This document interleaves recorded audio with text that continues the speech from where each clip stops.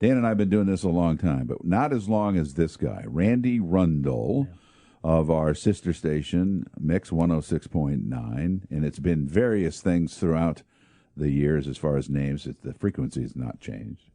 But Randy is retiring after decades in the broadcast business. Good to see you, buddy. Hey, thanks, Greg. Hey, Dan. How are you feeling about all this? I was calling him short timer and asking him how many hours. He goes, "You're freaking me out about this." Usually I only get called short man, but short timer is a new one. But I tell you guys, the word that keeps coming to the top is weird. I can appreciate that. Yeah, it's weird. We're all of the same age-ish where we know people who have retired, and I'm always curious. I ask people, I was like, how does it feel? It's almost, and I usually ask guys. I don't ask ladies too much, but the guys all say something similar. Surreal, like. Yeah, just, I can't, I'm really having a hard time wrapping my brain around the whole thing because, as you said, it's been decades, actually over half a century when you really think about that. And the oh my God, Elizabeth, I'm coming for you. And you're not like 100 years old, so it's an enormous percentage of your life has been in this business. So it's 52 years, right? That's correct. Well, you know what's weird is like they say, well, for happiness, you shouldn't totally identify with your job. Right. But I totally identify with my job. That's who I am, and you've been around it. It's like, what else? Who you are. Yeah, that's who we are, right? You know, ask my wife and my family about that. They'll be the first ones to chime in. It's just like, it's the old joke that I walked in the house one night, wife called the police, said there's a stranger in my house, that kind of thing, But you're right.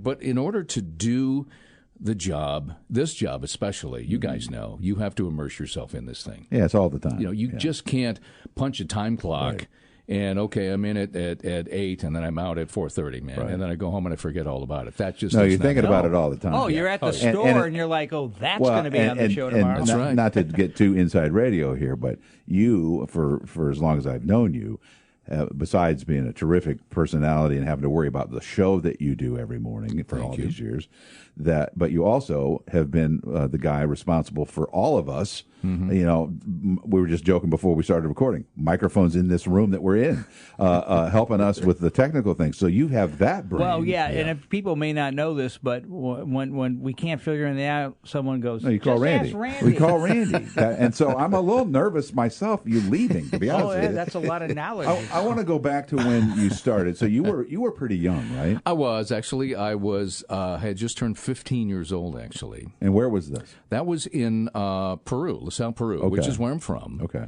And the weird part about it was I just fell into the job. One of my duties as being student council vice president of my high school class at LaSalle Peru High School, part of my responsibilities was a homecoming parade. Okay. And I had to find local celebrities, quote unquote, to judge the homecoming parade. Okay. So I called one of the guys from the local radio stations over there, and I said, "Hey, I'm Joe Schmo, and I'm looking for somebody. Hey, what do you think? And would you help us?" And he said, "Yes, I will help you. And by the way, do you want a job?" Wow. And I am not making that up. I have known you for many years. This is the first time I've heard this. He says, and on the phone. Did you have the voice already? I guess I did. Yeah, I was not aware of that, because it was my voice. And that happened to me in high school, too. Somebody else said something to me in high school. But. Yeah, and he says, and by the way, do you want a job? And when I picked the phone back up off the floor, I said, excuse me, sir. And did you start shortly after that? The next day. Oh, my goodness. The next day I was in the radio station. I'd never been in a radio station before in my life. The next day I was in there, and then we got it done. He said, sure and fine. And then 2 days later, I had to, they wanted me to do color commentary on a live high school football broadcast. And I'd never been on the radio before in my life. So I said, well, I guess. Was it your high school? No, it was not. Okay, it was up in the burbs of Chicago. So you don't even know these players. I don't know these people. Yeah. And actually, I had to ask my mother because I had to drive with the play-by-play guy to the suburbs of Chicago. I think it was Argo or something like that. I don't know what it was, but and we would be there late because it was a late game. It was a 7 o'clock game or whatever it is, and we wouldn't be getting back till at midnight or so.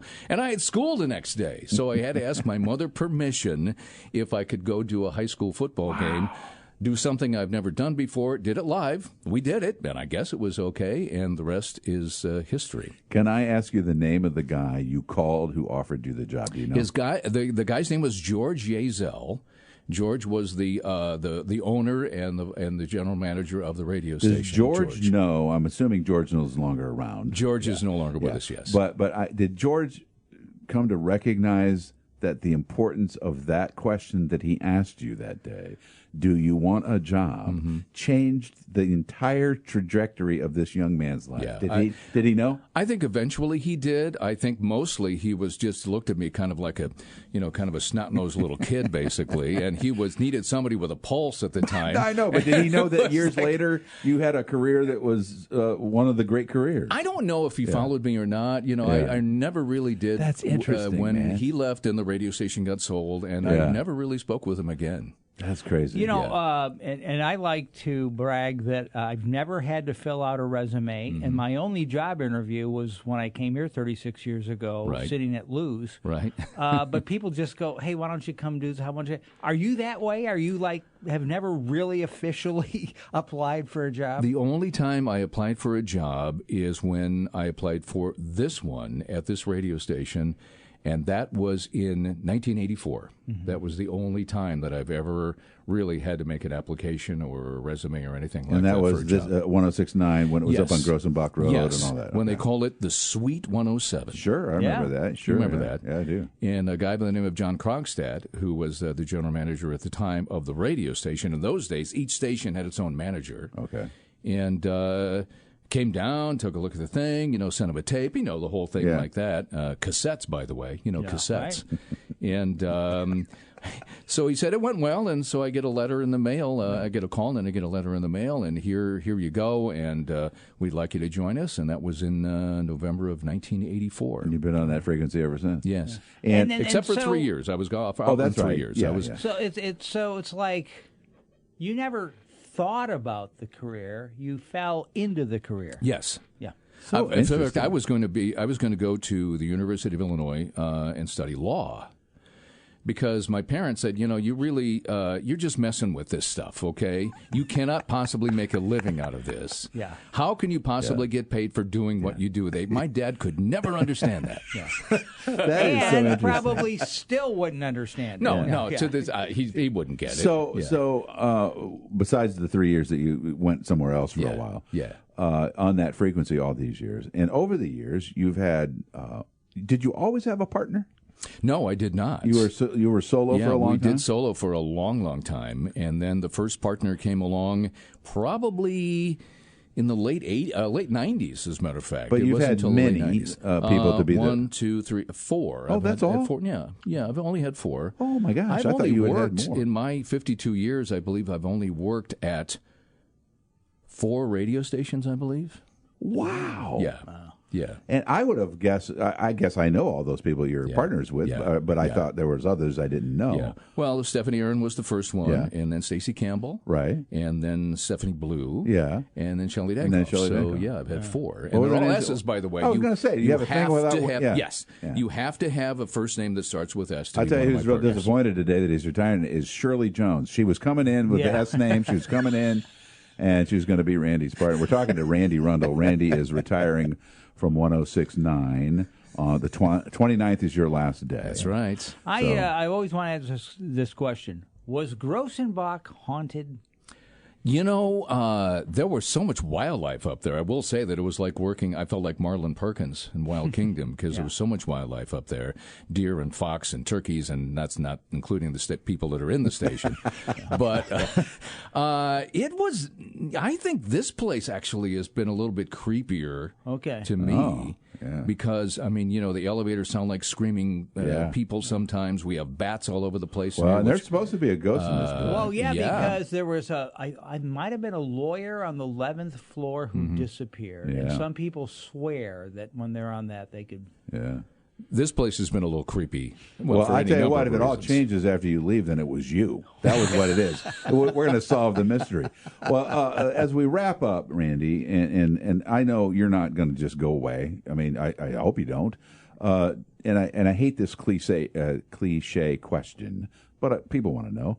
Do you have specific things to do? Are you going to try something else? Are you going to stay dabbling in voiceover and those kind of things? So you do a lot of that. I do a lot of that, and Yeah. I'd like to expand that, although AI may have something else to say about that here eventually. But I think that I would like to expand my voiceover business, and I do that. And I do a lot of the brought to you bys and all this other kind of stuff on all over the place, and I do commercials and what have you. But I think I have a couple of other kind of irons in the fire that I'm thinking about also taking advantage of.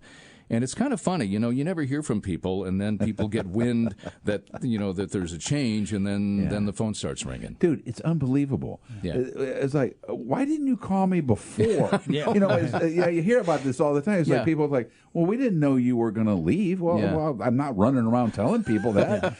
But that's good for you. And we won't ask specifics on that, but we wish. And you then the other than then I'm sure my wife Brenda wants to expect dinner on the table when she gets home and stuff like that. Well, your whole life, just even your day-to-day schedule is going to completely flip. It'll how be many totally times changed. now, as I get older, I haven't even asked Greg about this. I would miss it because I like radio, but I am, you kind of get towards the end, and you get to the point when you have several days off, and you sleep in to a normal time, 6 or 7, and think to yourselves, ooh, I could get used to this.